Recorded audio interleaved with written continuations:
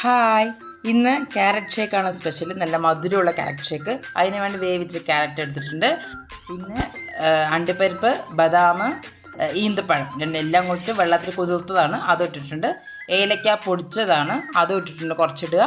പിന്നെ നല്ല മധുരമുള്ള മിൽക്ക് മെയ്ഡ് ഒഴിച്ചിട്ടുണ്ട്.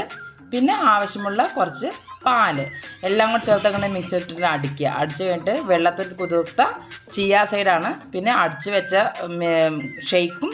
പിന്നെ അതിൻ്റെ മുകളിൽ ഞാൻ കുറച്ച് കേക്ക് ഉണ്ടാക്കിയിട്ടുണ്ടായിരുന്നു, അതിൻ്റെ പൊടിയാണ്, അതും കൂടെ ഇട്ടിട്ട് മിക്സ് ചെയ്യുക. Carrot shake